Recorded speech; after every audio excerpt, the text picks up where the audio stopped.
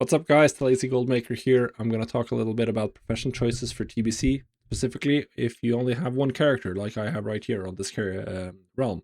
Obviously, I'm not going to play this. I'm going to need to level it, but we are going to talk about profession choices for just one character. If you have to choose, what are you going to go for? Now, in general, there's some pretty large differences between the professions in the Burning Crusade in terms of how much volume you can move, and that's very important for making gold. Like how many items can you sell? If you can sell a lot of items, if they sell fast, you're going to make more gold. Everything else being equal, obviously everything else is pretty much never equal, but still as a general important rule of thumb. And the faster items sell, the higher your potential is for gold making, for making a lot of gold. Now, in the Burning Crusade, there's really only two big volume professions available. You have Alchemy with potions and flasks, and you have jewel crafting with gems. Everything else, every other profession has a lot lower volume, but they do have some rarer pieces or more expensive pieces. Like there are crafted gear options that are substantially more expensive, that have some profit potential, absolutely. But just if you have the time to just sit there and craft a really large batch and just pump it all out just before raid time, you are going to see a lot of return from Alchemy that can't really be replicated by the other professions. So those are sort of the main two for volume, and that's generally really good. Now, for the non-volume professions or the other professions, I think tailoring is the one that stands out a little bit.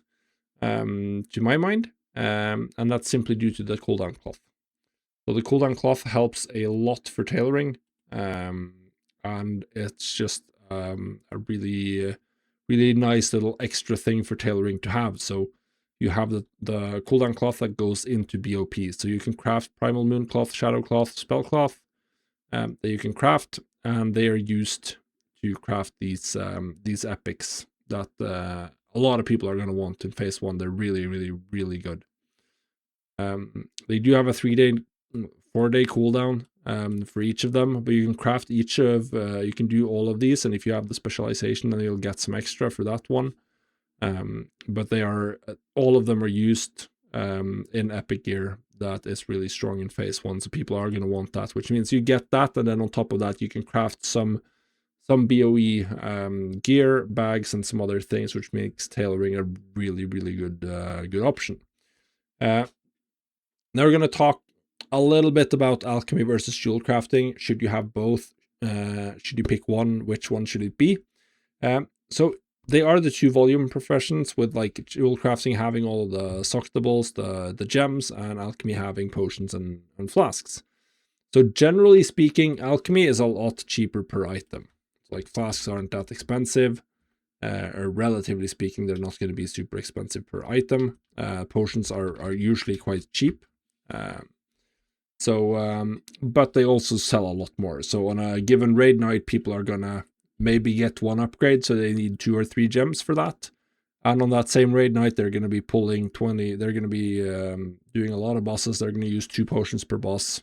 They're going to go through 20 potions. They're going to use 2 or 3 flasks, depending on whether they have alchemy themselves or not. So they are going to use a lot more alchemy consumables on any given raid night, which means that they're going to go through more of that, and you have just more sales available if you have alchemy. Generally speaking, we also see larger price swings with alchemy. The auction house runs dry, and like people need to raid and they need to parse, so they need their potions, even though they're now double price. It's still not that expensive, so they're happy. So if you have stock and you're ready to sell at those times, you can make a lot of extra gold. And while there are some swings in jewel crafting, they're usually not that big. Now, that means that alchemy, in my opinion, has a little bit more raw potential, but it also requires more time to get that out, because you need to craft a lot more items. Like you need 20 potions, where you only need 3 gems per raider, sort of to cover them. So that is the disadvantage, that alchemy requires more time. It also requires more time, not just in the crafting, but also in sitting on the auction house and paying attention and being ready, looking at prices, like searching. seeing if it has exploded, and then also just reposting, running posting scans every to repost like 20 at a time, whatever you sell. It does require more of that to get the value from it than jewel crafting, which is a little bit less time consuming.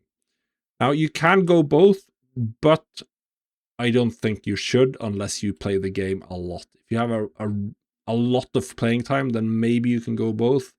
But even then, if you play the game a lot, you'll probably want every profession maxed out, because there are going to be nice things for every profession, and then you have flexibility.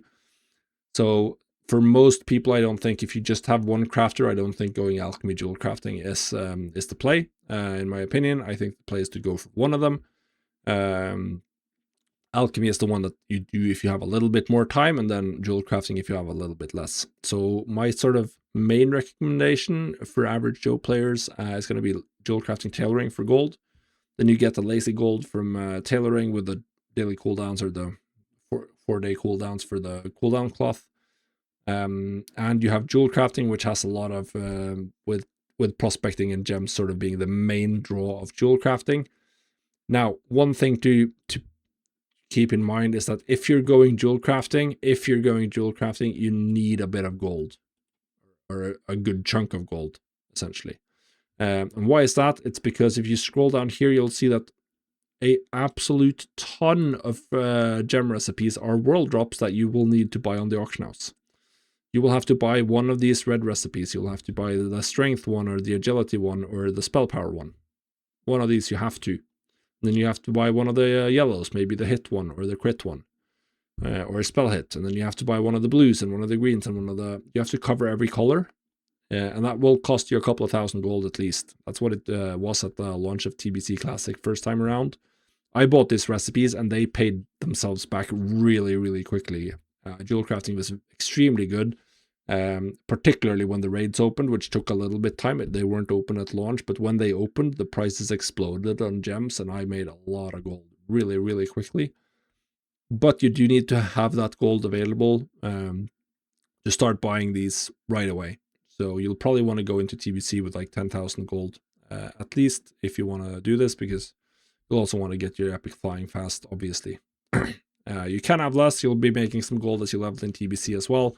I think I started TBC Classic with like 3,000, and I was still able to profit a lot of gold from jewel crafting. But if you have more than that, it's going to put you in a better position, essentially. Also, something to do right now is to get your materials required for 1 to 300 to level up jewel crafting. So like, just look up the guide on WoW Professions and buy everything you need, so you're ready to go when TBC rolls around. You want to be able to level it up to 300 as soon as possible in the pre-patch, and then you're ready to go, essentially. Now, one thing to note as well is that if you have two characters, if you maybe have a level 60 alt already, then jewel crafting is a really good profession to put on your alt, because if you go back to the recipe list, there's just so many that it just requires you to level jewel crafting. So if you're level 60, you can get you can get jewel crafting up to max, and you can learn all these recipes that are not bind and pick up or anything. There's just an absolute ton of recipes, and then the rep recipes aren't that important. Like the reputation recipes for jewel crafting aren't that important. There's not that many, and they don't matter as much, because you have like the bind and pick up trinkets, and you have some meta gems which would have been nice to have, and some other things that would have been nice to have, but doesn't matter compared to this, because just prospecting and then crafting the gems, that's where all of the gold is, essentially. So that's it. If you want my number one tip, probably go jewel crafting tailoring if you're only considering gold making opportunities, or go alchemy tailoring if you have a little bit more time, but you're still only gonna most level 1 character to level 70. That's it. Thanks for watching.